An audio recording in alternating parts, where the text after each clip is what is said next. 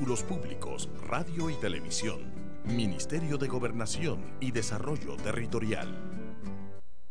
¿Qué tal? Buenos días. Se han propuesto disposiciones transitorias para endurecer las condiciones carcelarias de quienes maten a policías, a fiscales o a jueces. Vamos a hablar de esto y un poco más en República.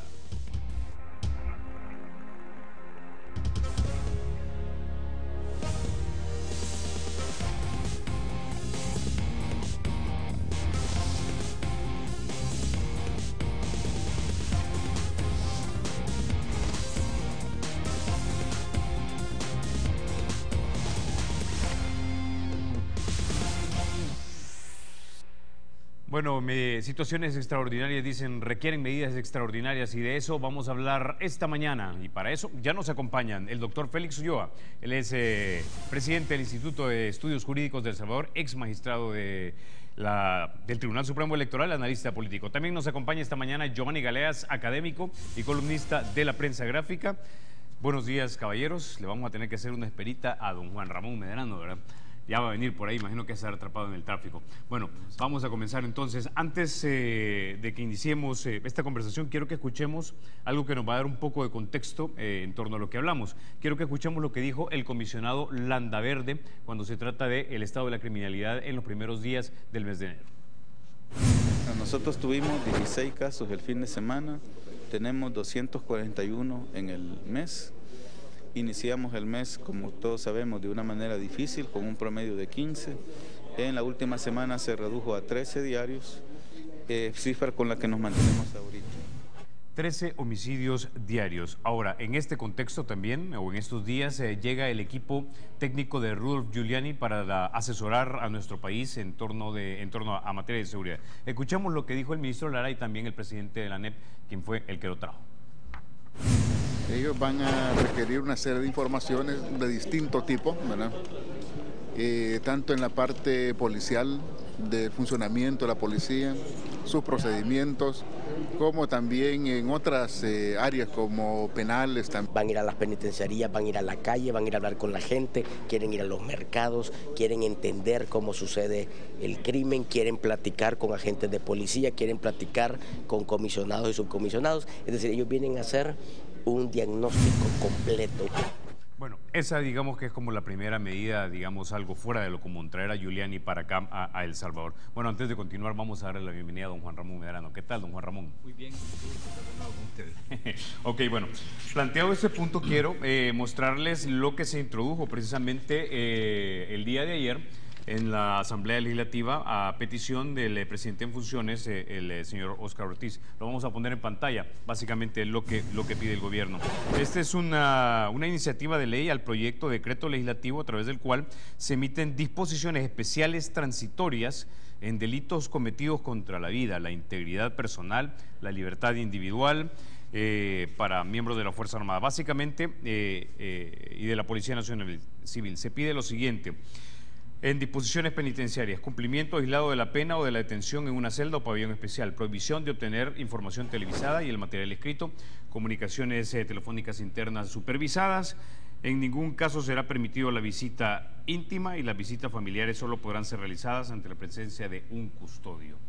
Parece que lo que se busca es endurecer la pena carcelaria, las condiciones, en una especie de aislamiento. Quizá el criminal, piensa el gobierno, se va a ver más disuadido, no tanto si le dicen te vamos a matar porque primero te tienen que agarrar, pero si te agarramos te aislamos.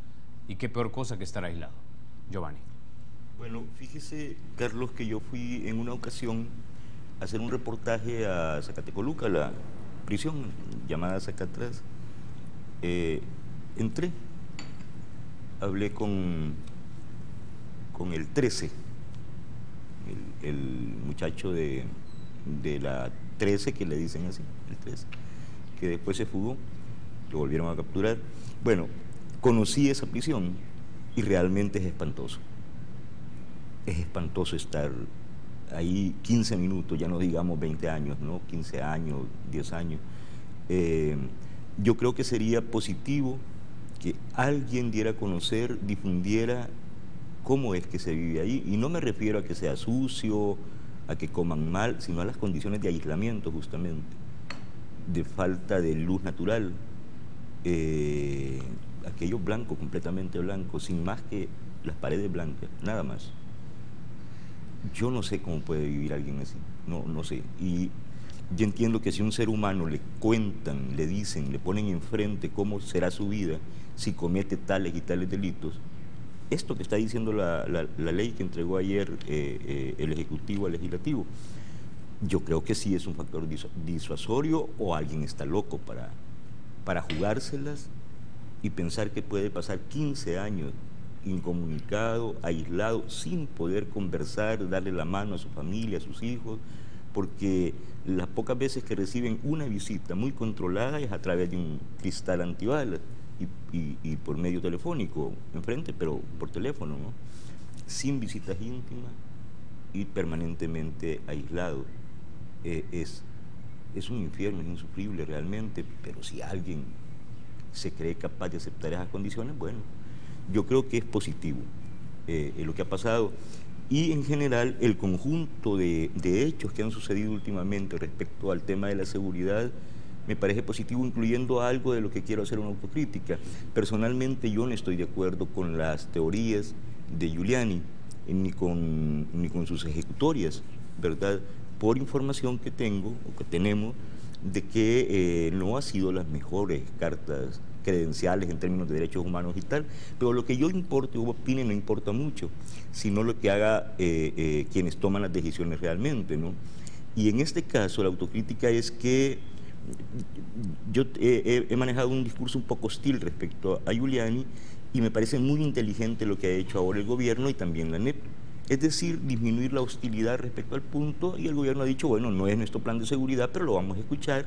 Han sido muy amables con el equipo que vino de Giuliani, tanto los jefes policiales como el equipo de Casa Presidencial, y entiendo que ahí se limaron asperezas, y eso ha producido un ambiente de distensión entre los privados y el Ejecutivo y Capres que me parece altamente positivo, por lo menos en torno a este tema, que permite las fotos de, por ejemplo, algo que hasta hace unos días era impensable, que, por ejemplo, el director ejecutivo de la ANEP, Arnoldo Jiménez, Rafael Castellanos, columnista de la prensa gráfica, empresario, a pesar de ser gente de derecha, que hasta hace pocos días se manifestaban muy hostiles respecto al accionar de Capres, bueno, ahora están positivos. Y por lo menos en torno a este punto se percibe cierto consenso, cierta unidad, lo cual me parece altamente positivo dada la gravedad del problema de seguridad en el país. Félix. Bueno, mira, yo creo que se sigue tratando el cáncer con aspirinas. Estas medidas son de cara pues a los efectos del problema real que tenemos, que más allá de ser un problema de seguridad o inseguridad ciudadana, estamos realmente frente a un conflicto social de dimensiones incalculables, estamos frente a una guerra social. Y yo creo que con esos enfoques, tengo que discrepar aquí con Giovanni, porque tanto la teoría penal clásica como la nueva criminología crítica establecen que la pena no es un disuasivo para delinquir, jamás lo ha sido. Si el delincuente no, cuando va a cometer el delito, no está pensando en qué pena le van a poner.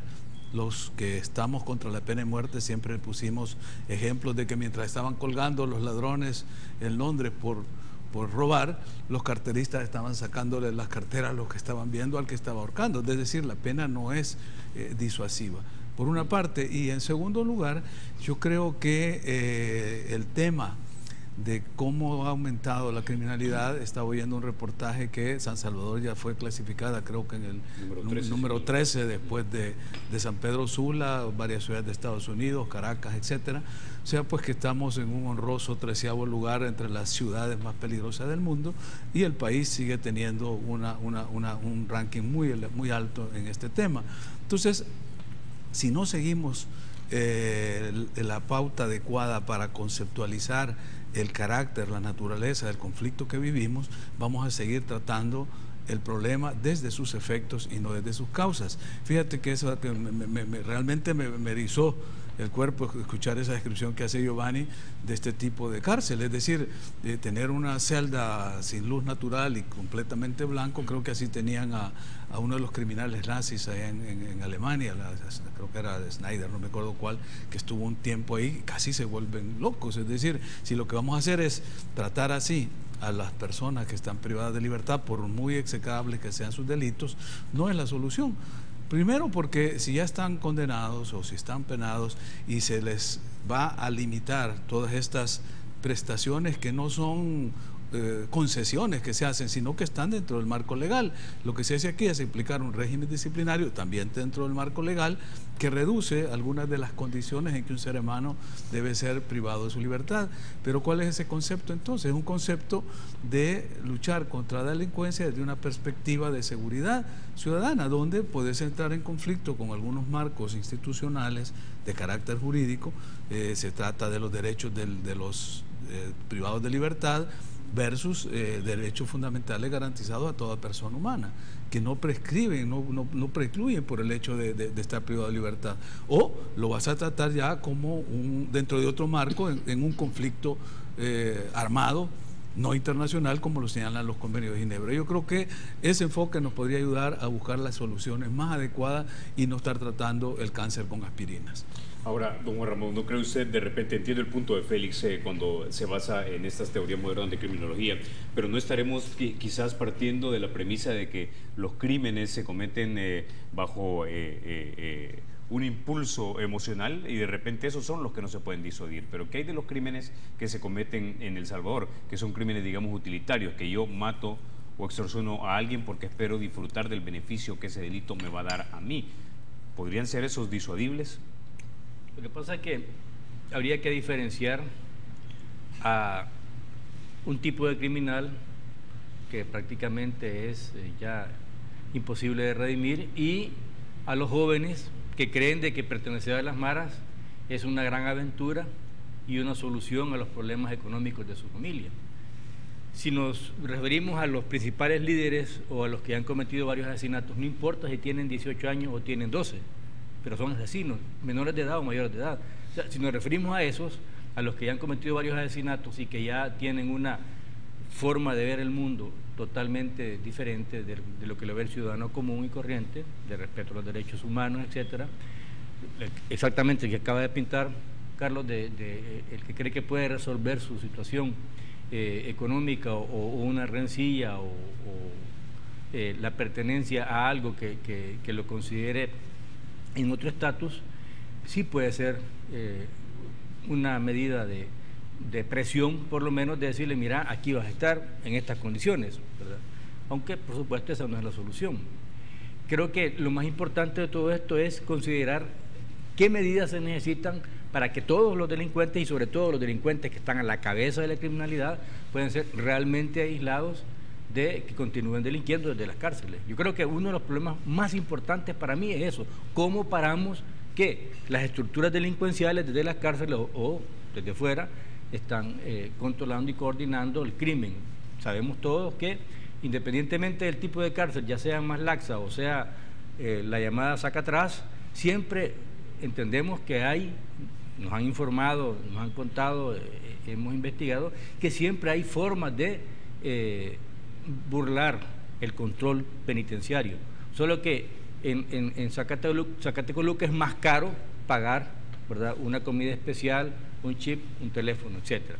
Entonces, dicho eso, creo que no se puede, para mí que la discusión no es tan teórica, para mí que hay que tomar todas las medidas necesarias, pero por supuesto dentro del contexto global, y sí hay una idea de tratamiento global planteado por el Consejo Nacional de Seguridad Ciudadana y Convivencia, y por los planteamientos que de alguna manera le he escuchado también al gobierno que coinciden bastante. O sea, el punto alentador, tal y como lo planteaba Giovanni, es de que hay una confluencia de voluntades y una real preocupación nacional e internacional, no solamente de la ANEP, no solamente del gobierno, de las iglesias, de las universidades, del Consejo, sino que también incluso Naciones Unidas, la OEA, han estado acá presentes.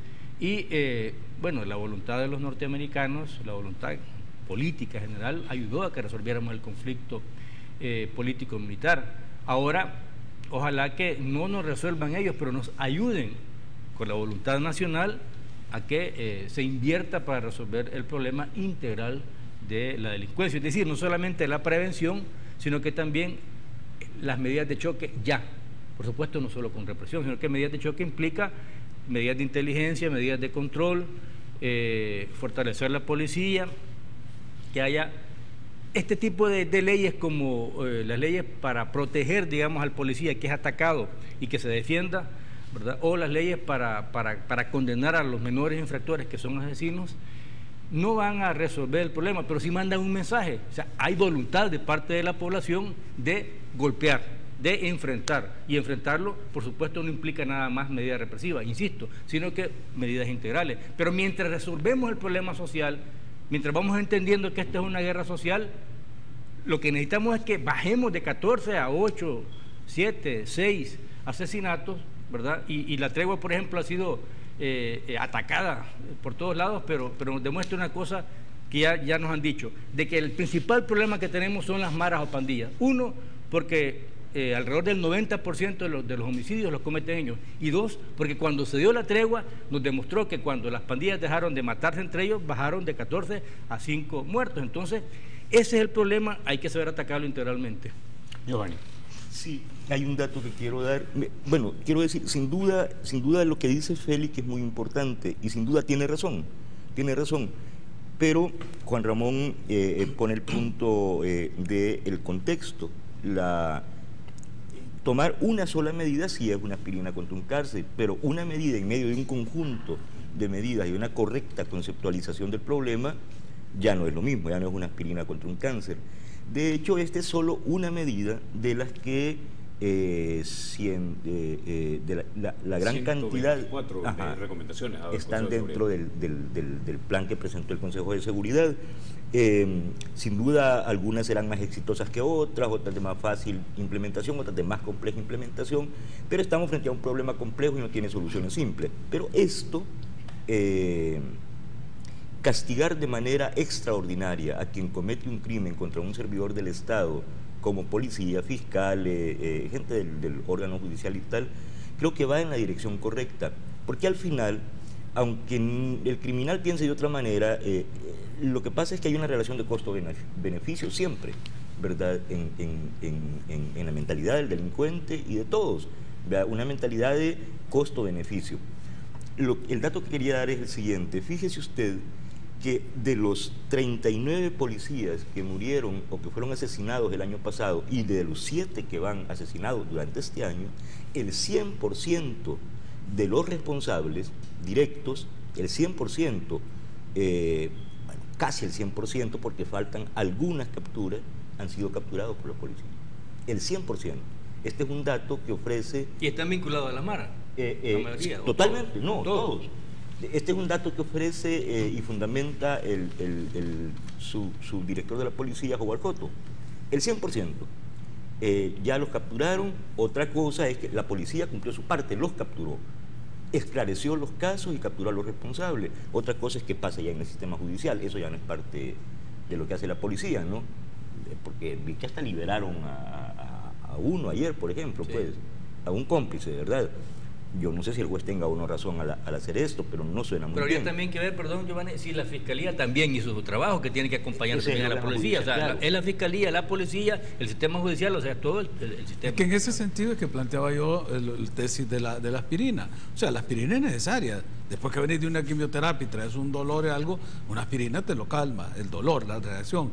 Pero no es el tratamiento es la quimioterapia que está recibiendo. Es correcto. Que es la visión integral del problema. Ahora, lo que estábamos analizando era estas medidas que decíamos. Ahora, si vamos a analizar en conjunto el tema, eso sí, yo creo que requiere ya entrar desde una perspectiva diferente, y en ese caso no es el tema exclusivamente policial, ya lo dice Giovanni, se capturan a las personas que atacaron a la corporación policial, se les devuelve a la prisión y por fallas judiciales o porque el sistema judicial no funciona correctamente, salen libres. Y no es también solo problema de que el juez es muy tolerante o que está de acuerdo, sino que las normas no están muy claras, o que la Fiscalía no actúa adecuadamente. Entonces, por eso digo, el problema es mucho más complejo. No llevar una pieza de correspondencia a la Asamblea para decir, mire, quiten las visitas íntimas a fulano y sutano, o ya no les permitan teléfono, lo que sea. Es decir, eso no lo resuelve. Lo que hace es lo que dice Juan Ramón. Ahora, encarece más el acceso a esos privilegios. Solo una cosita, quería cerrar. Lo que iba a decir es, ¿por qué digo esto del 100% de capturas en los casos de los policías asesinados? Es porque el delincuente, el marero, ahora sabe que al matar a un policía lo más probable es que lo van a capturar. Y si sabe que lo van a capturar, porque la experiencia se lo dice, por eso cité el dato que da Howard Cotto, el subdirector de la policía, si sabe que lo van a capturar, también sabe a qué condiciones va a ir. Y es que, mire, gran parte del éxito de la tregua, ¿verdad?, en esta bajada de crimen, tuvo que ver con que los jefes de las pandillas, lo que se llama Rambla Nacional, que estaban en Zacatlán, pidieron irse a penales de seguridad intermedia, laxa, precisamente porque no soportaban estar aislados. Y por eso es que ellos aceptaron colaborar con las autoridades y aceptaron trabajar con los intermediarios para bajar los crímenes, para parar un poco la guerra interna entre las pandillas, porque prefirieron estar en penales donde reciben sol, donde andan relativamente libres dentro de un perímetro chico, pues, pero no en una celda aislados, ¿verdad? Entonces, si ahora sabe que los van a capturar y los van a mandar con estas condiciones, yo creo que no soluciona el problema, pero es una medida en la dirección correcta. Bueno, Félix, esto solamente me recuerda a algo de William Shakespeare, el país desconocido o no descubierto, cuando Hamlet contempla la muerte a través del suicidio. Pero en este caso sería no el país no descubierto, estar muerto en vida, básicamente con el aislamiento. ¿No crees tú que eso sería realmente un disuasivo?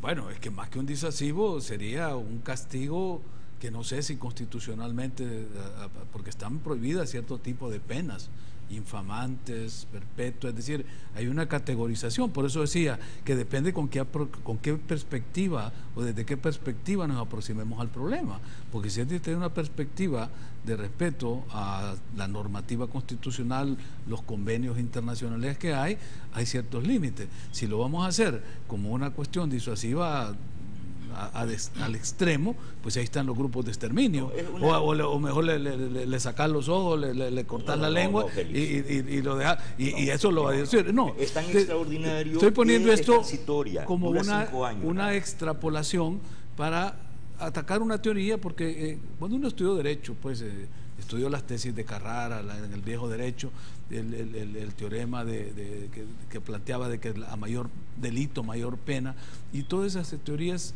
cayeron, porque la realidad se empezó a ver de que el delito es un fenómeno sociológico, un problema económico social. No es que la gente nace delincuente, como decía Lombrosio, que por las características físicas de ver una persona decía, este ya es delincuente, que un poco lo que va a venir a hacer este informe de Giuliani, te caracteriza, te etiqueta a grupos sociales.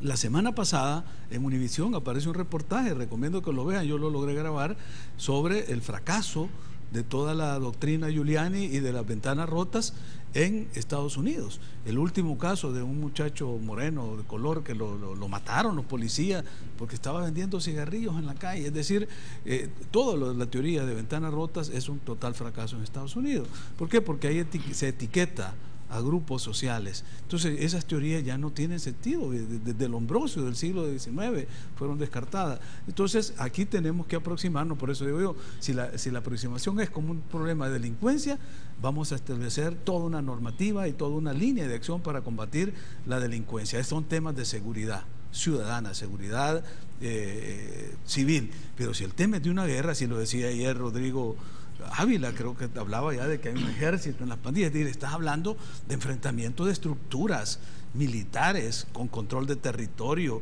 con campamentos, con armas largas, y vas a venir tú a darle un tratamiento de seguridad. Yo creo que eso es el problema, que no estamos queriendo entender de que estamos frente a una guerra y que una guerra tiene otra lógica, tanto operativa, táctica y estratégica, como marcos en los que se regula.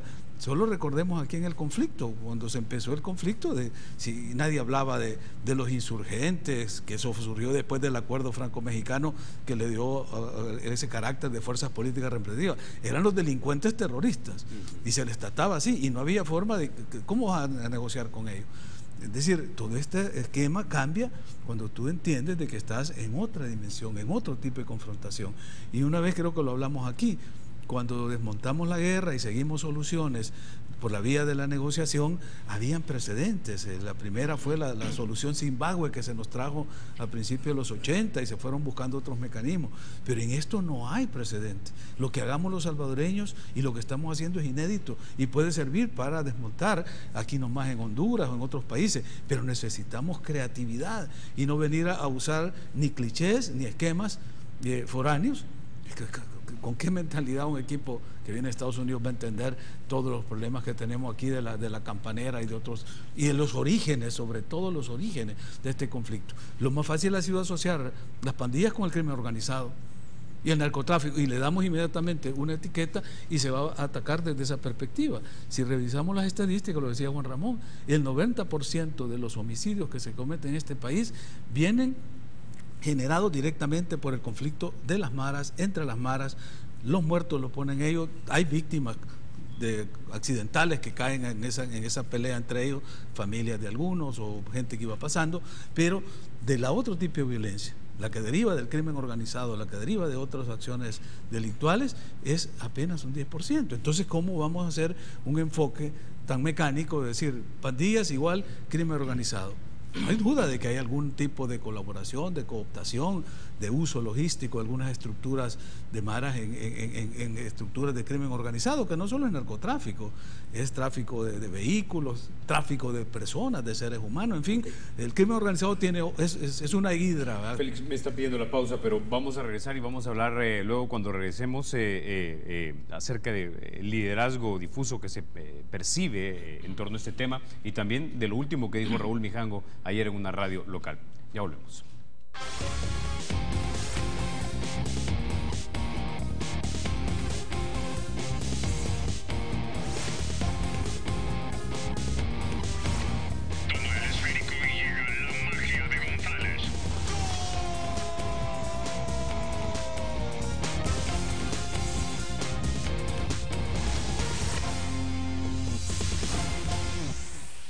Bueno, don Juan Ramón, el día de ayer básicamente el presidente en funciones, Óscar Ortiz, tomó la batuta en este tema de la seguridad pública y dijo que la autoridad básicamente se le iba a respetar antes de enviar a Benito Lara a la Asamblea Legislativa, y lo dijo con total contundencia. Ahí parecía un liderazgo presente y no difuso, como habíamos hablado anteriormente, ese liderazgo del presidente Sánchez Serén. Ahora, también escuché en la radio ayer, 102.9, en la tarde, en entrevista a Raúl Mijango, que dijo, básicamente volvió a la premisa: no vamos a poder resolver este problema solamente con más policía, más represión, más seguridad pública. Tiene que haber algún tipo de negociación o de facilitamiento, como le quieran llamar. Ahora, eso creo yo para muchísima gente es difícil de tragar y para el gobierno muy difícil de manejar políticamente.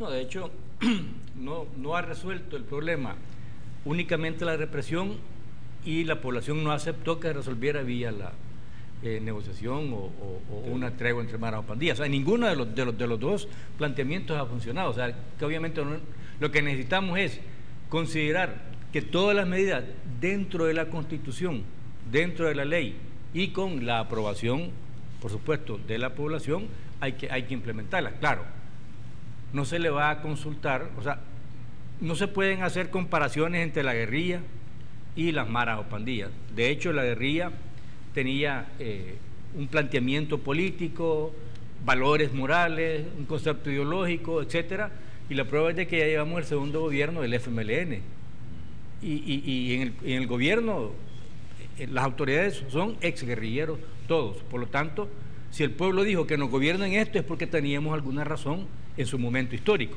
Las maras o pandillas no persiguen absolutamente ningún planteamiento político, digamos, que pueda ser aceptable para el concepto moderno o para el concepto nuestro, pues, de sociedad en democracia con respeto a las leyes.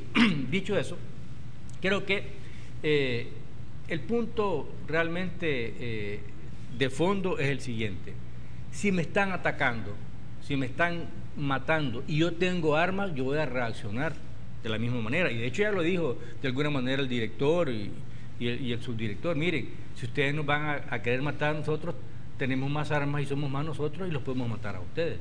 Esa no es la solución. O sea, ojo, no nos estén retando, ese es el planteamiento.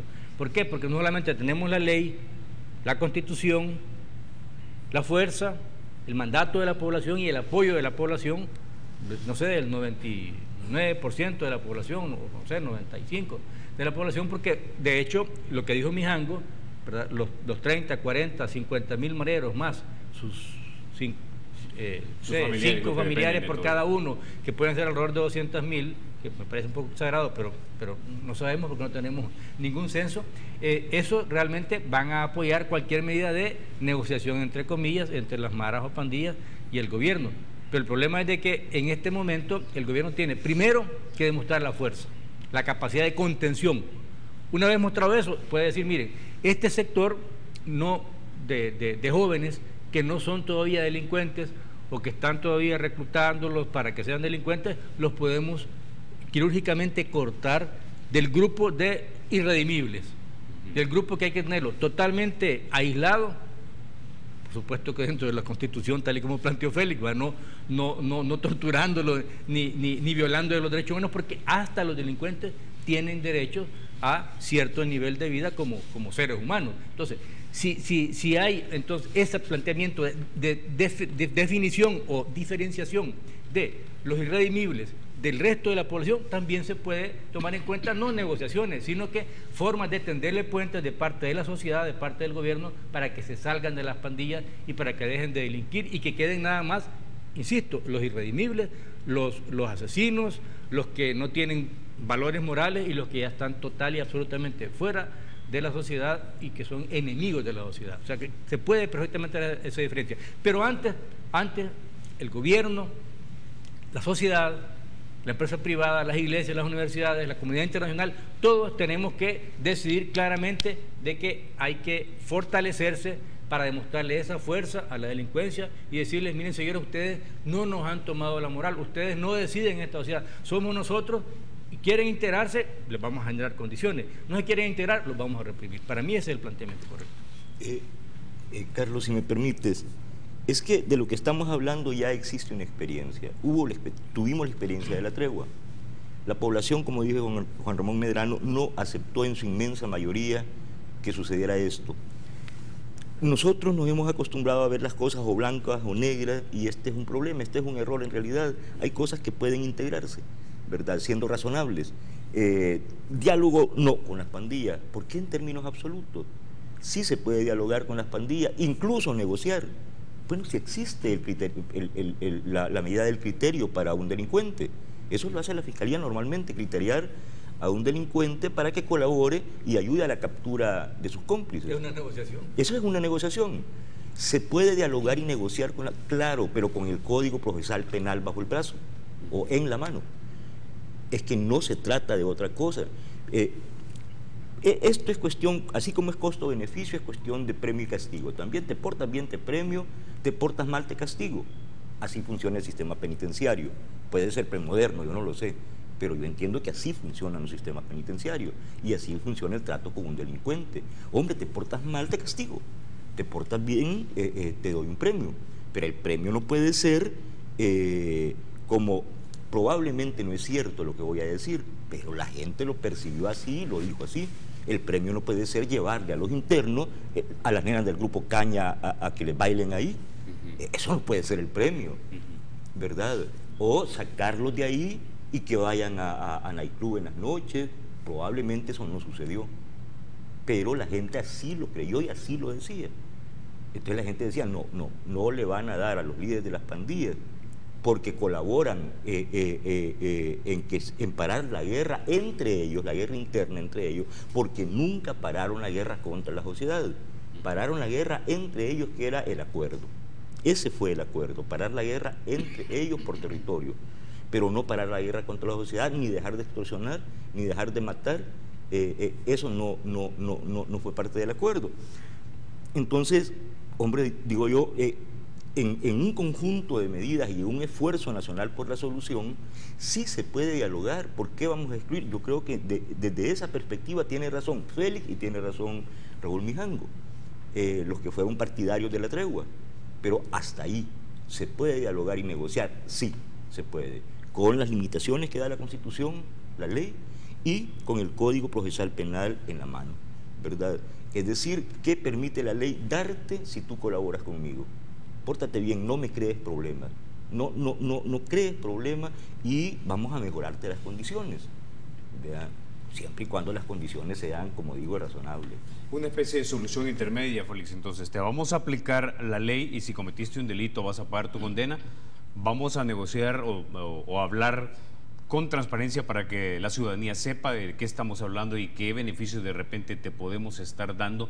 No te vamos a dar ningún rango de maniobra para que se fortalezca tu capacidad operativa de delinquir, y a los que todavía no han delinquido los vamos a ayudar con programas sociales a través de la capacidad filantrópica del Estado. Bueno, creo que deberían de estar todavía en el Consejo de Seguridad, están dando las pautas.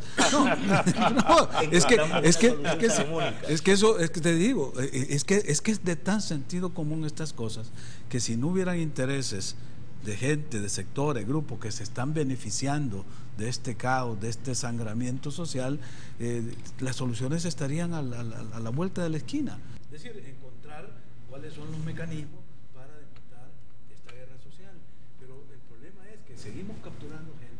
Creo que una de las recomendaciones que estaba dando, al menos lo que anticiparon... Félix, me están diciendo que tienen problemas con tu micrófono. Vamos a ver si Giovanni, o nos vamos a la pausa. No, me dicen, vamos a la pausa en lo que solucionamos esa falla técnica. Ya volvemos. Perfecto.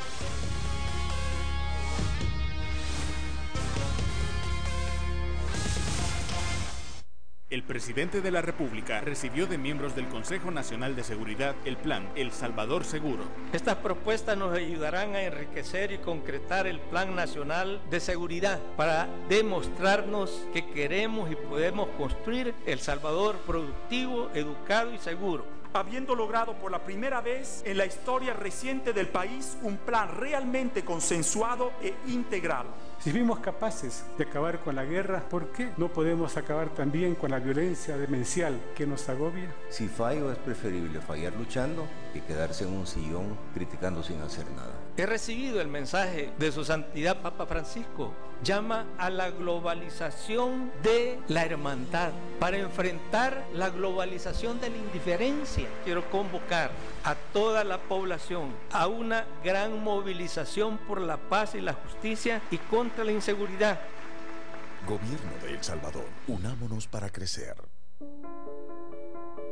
En un país donde las noticias tienen colores políticos, nosotros decidimos mantenernos del lado de la imparcialidad. Creemos en informar sin colores políticos. Creemos en un El Salvador con un pensamiento libre. Como nuestro periodismo, nuestro compromiso es la imparcialidad. Diario El Mundo, tu diario libre y objetivo.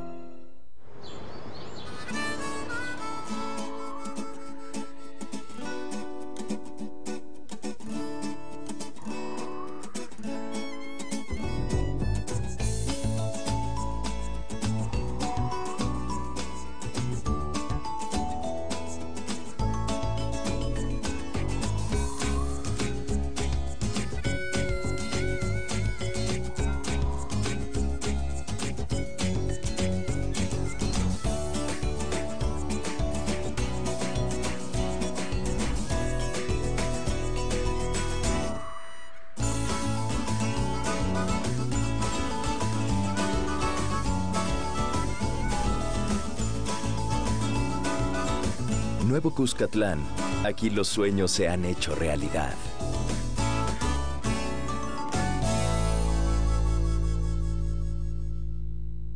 Envía juego al 1081 y disfruta los mejores contenidos en Club Daima.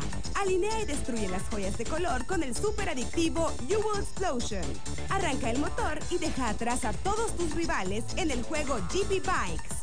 Detén la invasión alienígena cuanto antes. Utiliza las armas más poderosas en Super Angry Soldiers. ¿Qué esperas? Envía juego al 1081 y descarga estos y muchos juegos más sin límites. El buen vestir es un detalle y... Monte Carlo ha cuidado por más de 6 décadas, de generación en generación, los detalles en el arte del buen vestir. Lo mejor en ropa casual y formal, en marcas de diseñadores con prestigio internacional como Giorgio Fiorelli, Cuba Vera, Dockers, Carlos Santana, Ruffini, Montecarlo, Tiglio, Penguin y muchas más. Elegante, innovador, casual, Montecarlo, Vía Madrid, Multiplaza, Villas Españolas y Aeropuerto Internacional Duty Free. Montecarlo, cuidando los detalles por más de 6 décadas.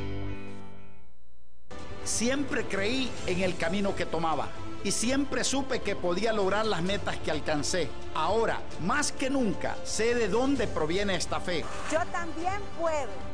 Yo también puedo. Yo también puedo.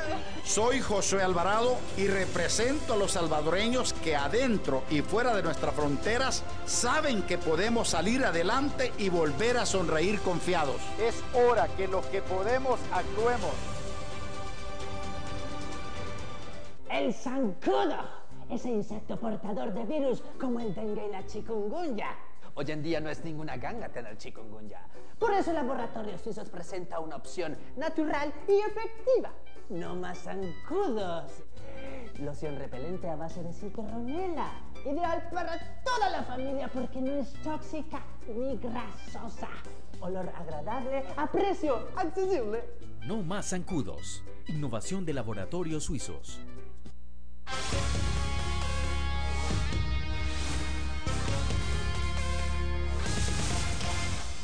Bueno, regresamos, Félix, para que complementes tu idea. No, la idea era esa, de que, repito, no podemos atacar un problema de esta naturaleza con métodos tradicionales. Fíjate que si revisamos la población que está privada de libertad, anda arriba de los 30.000 privados de libertad ya en este momento.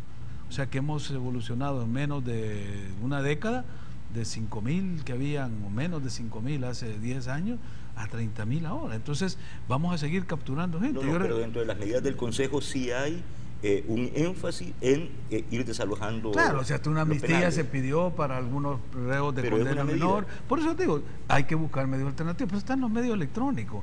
Basta ponerle un brazalete en el pie. Hay una ley ya que creo que está para sanción. También está la medida de los brazaletes. Pero ya está para la sanción presidencial del brazalete, para efecto pues de ir desalojando un poco los recintos carcelarios. Pero eso es ya cuando tú has tenido a la persona, la has pasado al sistema judicial y está en proceso de reclusión, ya sea preventiva o de cumplimiento de pena. El tema es que no lleguen ahí. Si ese es el gran reto. Si el reto no es cómo lidiamos con la calentura, la fiebre del cuerpo, la lucha es cómo atacamos la causa o que el cuerpo no se enferme. Y ese es donde siento yo que los énfasis que se están haciendo todavía no apuntan directamente a eso. Un plan que va a costar $2.000 millones, desde luego que tendría que ser no solo para cambiar esta situación de crisis de violencia y de delincuencia, sino cambiar el rostro completo de la sociedad. Con $2.000 millones se hace una revolución, se hace una nueva sociedad. Entonces, si hay esas apuestas estratégicas, yo creo que se puede ir pensando en esa ambición de mediano y largo plazo, pero en el corto plazo, si el tema es de seguridad, vamos a ir capturándolos, metiéndolos a la cárcel, saliendo, entran y salen por las fallas del sistema judicial, por lo que sea, o por sobresaturación. Entonces, el tema es parar esta guerra. Es decir, si el concepto es que estamos en una guerra social, ¿cómo paramos una guerra social? Si el tema es, este es un problema de seguridad que se nos ha incrementado y vamos a seguir atacándolo con estrategias y tácticas operativas, institucionales de seguridad pública, va a ser otro resultado. Yo ahí pondría que es la encrucijada que tiene el país, definir conceptualmente su problema. Y no tenemos precedentes, desgraciadamente, como cuando estábamos en conflicto interno de los años 80, donde sí habían conflictos internos, conflictos armados no internacionales, como lo caracteriza los convenios de Ginebra, y se le pudo dar ese tratamiento. Pero sí estás de acuerdo con lo que decía Juan Ramón, que el Estado tiene que mostrar el poder de control y represalia antes de totalmente. Esa otra es que si no lo haces desde esa fuerza institucional, tu proyecto carece de legitimidad, y entonces es como que estás cediendo a la fuerza que te reta. Ok, Giovanni. Es que hay algo, al menos que yo considero fundamental en esto, en esa discusión, en este debate, y de comprensión imprescindible, es ¿qué nos pasó con la tregua? Porque es importante discutir la tregua, no porque ya pasó, no porque la población la desacreditó o no la aceptó o la rechazó, porque hay un dato importante: la tregua disminuyó en casi un 50% los homicidios en El Salvador. Pero también hay que decir que ese 50% de disminución se debe a la guerra interna entre pandillas. Los que dejaron de morirse fueron los pandilleros, porque dejaron de matarse entre ellos, ¿verdad? Pararon el pleito entre territorios. Lo fundamental para entender es lo siguiente: si quienes idearon, diseñaron el tema de la tregua como parte de un proceso, la tregua no era la solución entera, quienes la diseñaron vieron en la tregua parte de un proceso, una condición necesaria pero no suficiente. Pensaron también que para parar esa guerra interna hacía falta una cosa. Cuando los líderes de las pandillas fueron aislados en Zacatraz, delegaron el mando, porque ellos estaban aislados sin posibilidades de comunicación con el exterior, pues estaban en Zacatraz, delegaron el mando en sus segundos. Es decir, los generales estaban presos y hicieron cargo los sargentos de la batalla, de la guerra. Y entonces se dispersaron los liderazgos y la cosa se desmadró, digamos. Ya no había quien controlara porque eran un montón de caudillos peleándose entre ellos. Entonces dijeron, para parar la guerra, si para pacificar el país es necesario parar esta guerra interna entre las pandillas, les vamos a facilitar que se las paren. Y aquí viene lo importante: los mueven a penales de seguridad laxa y aquí está la gran duda. Deliberadamente les facilitan la comunicación con el exterior. Deliberadamente. Les comunican la comunicación con el exterior para que ellos puedan coordinar las órdenes que viabilicen parar la guerra interna entre las maras. Y entonces los jefes, lo que se llama Ranfla Nacional, se mueven a los penales de seguridad intermedia, se les permite la comunicación con el exterior y la coordinación. Y esta es la duda. Eso permitió que en efecto bajaran los homicidios, porque los jefes se impusieron y dijeron: paren la guerra a sus subalternos, en la libre, o sea, en la calle, los que estaban libres, paren la guerra. Y esos tienen autoridad y pararon la guerra. Bueno, este es el lado positivo de este asunto. Uno puede decir, hombre, sí, bajar en un 50% el nivel de homicidios en este país, vale la pena, pues, darle un celular o una tablet o que tenga Facebook, la Ranfla Nacional, ¿no? Y que se pasen comunicando con el exterior para coordinar esa bajada de homicidios. Pero es que no solo puede ser eso. Puede uno pensar también, así como pueden coordinar una bajada de homicidios, también pueden fortalecerse mediante esa coordinación. También pueden no solo aprovechar para el bien, para ese objetivo noble, digamos, sino para coordinar otros planes criminales. Por ejemplo, no es un secreto de que el nivel de coordinación, el nivel de territorialidad, de control territorial, de armamentización y tal, empezó a crecer paralelo a la tregua, ¿verdad? No es un secreto que las pandillas hicieron inteligencia penitenciaria, hicieron inteligencia en los penales, inteligencia de objetivos, crecieron sus posibilidades logísticas, ¿verdad? No solo eso, Giovanni, porque uno no puede pensar que solo utilizaron la comunicación con el exterior, desde los penales, para el bien, para decir paren la guerra. No solo eso, porque el problema es que la tregua tenía un objetivo demasiado temporal, táctico, no estratégico. O sea, si yo voy a conversar con las maras o pandillas, se tienen que comprometer a no seguir delinquiendo, a cambio de que la sociedad los empiece a aceptar. Pero eso es otra discusión, ¿verdad? No la discusión, dejen de matarles entre ustedes y les vamos a dar aquí algunas mejoras. Pues sí, pero ¿para qué? Para que durante un año y medio, un poco menos, hayan bajado los homicidios. Pero ¿a qué nos llevó eso? Que por otro lado, tal y como Giovanni, se aprovechó por parte de las maras para no matarse, crecieron, siguieron reclutando y además mejoraron su situación operativa. Entonces, no fue solución. La solución tiene que ser integral. Pero además hay otro elemento que quiero citar. Siguieron matando a gente de la población y extorsionando. Y picándola. Claro, pero hay otro elemento importantísimo aquí y es la voluntad política. Ojalá que después del 1 de marzo cambie esa actitud de los políticos en general, porque yo escuché una discusión, vaya, con este planteamiento de las reformas de ley para ayudarle un poco operativamente desde el punto de vista legal a los policías, de que si se enfrentan no sean capturados y no sean enjuiciados si fue en cumplimiento del deber. Lo que se dijo por parte de la oposición fue Ah, no, pero es que ya lo hemos dicho nosotros, ¿y por qué ahora lo están planteando ustedes? Quieren ganar réditos políticos.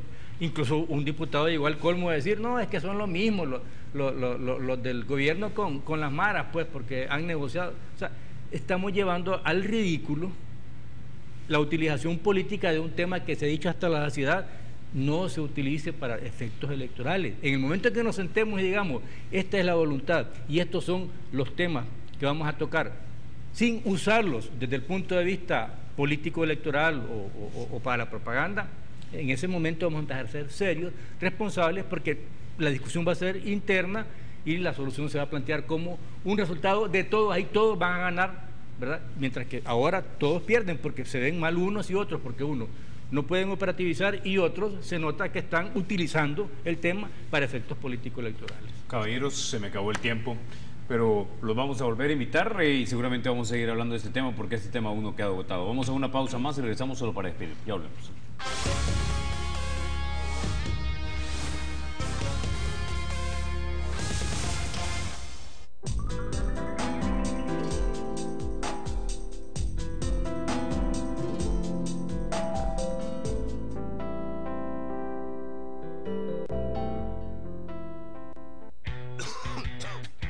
No dejes que la tos hable por ti. Para esa molesta tos, Tosil, en 3 presentaciones. Tosil miel contiene limón más un antibiótico 100% natural. Tosil original y Tosil infantil. Tosil, alivia la tos. Innovación de Laboratorios Suizos. Siempre creí en el camino que tomaba y siempre supe que podía lograr las metas que alcancé. Ahora, más que nunca, sé de dónde proviene esta fe. Yo también puedo. Yo también puedo. Yo también puedo.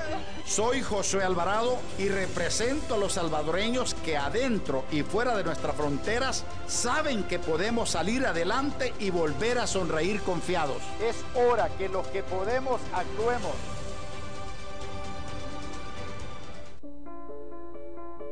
En un país donde las noticias tienen colores políticos, nosotros decidimos mantenernos del lado de la imparcialidad. Creemos en informar sin colores políticos. Creemos en un El Salvador con un pensamiento libre. Como nuestro periodismo, nuestro compromiso es la imparcialidad.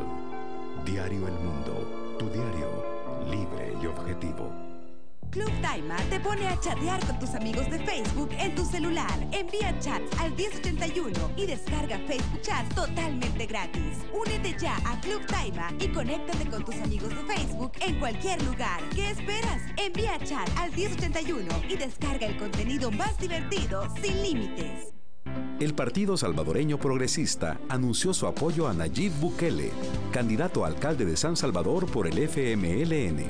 El PSP está convencido que Nayib va a conducir San Salvador a un tiempo de desarrollo económico, orden y seguridad.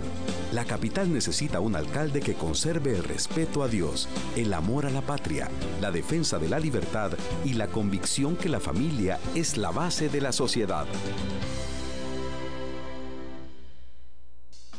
Nacimos aquí, crecimos contigo y trabajamos contigo, creyendo en tus sueños y en tus necesidades. Por eso nuestros créditos amigables te ayudan a vencer obstáculos, realizar tus sueños, construir tu futuro y darte un presente. Creemos en ti y estaremos siempre apoyándote a ti y a tus hijos. Porque somos salvadoreños, somos tu gente, somos BTS, tu banco amigo. Fatiga mental, falta de concentración, falta de rendimiento, pérdida de memoria. Neuroglután Cerebro Poderoso. Potente estimulante cerebral que activa tu mente. Neuroglután en tabletas, jarabe y sachets. ¡Sí! ¡Funciona! Neuroglután te activa mucho más. Cómpralo ya. Calidad Laboratorios Suizos.